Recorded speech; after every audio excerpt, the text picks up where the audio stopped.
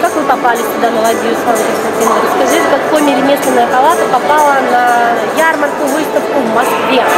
Мы целый год готовились к ладье 2016. Это международная выставка народных художественных промыслов, чтобы представить наши промыслы Республики Коми и достойно представить. Мы приехали большой командой.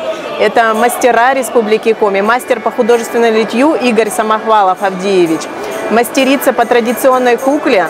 Она будет показывать для москвичей мастер-класс по ижемской традиционной кукле и нашу традиционную вычегодскую роспись.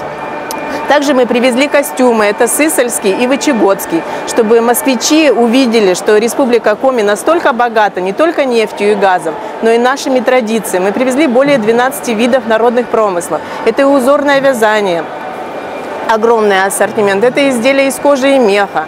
Мы привезли тапочки, варежки, и керамику, и бересту, большой ассортимент.